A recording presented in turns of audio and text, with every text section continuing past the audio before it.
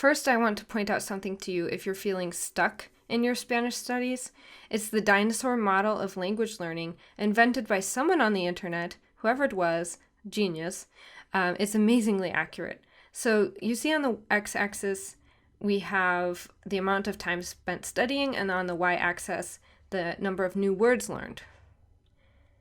At the beginning, you're up here. You're learning new words every time you open a book or anytime you listen to any Spanish because you haven't been studying for much time.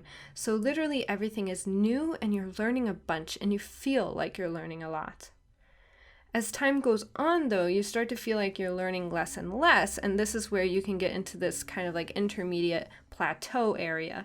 There's not so much new and there's more review. So you may start to feel stuck and like you're not making as much progress.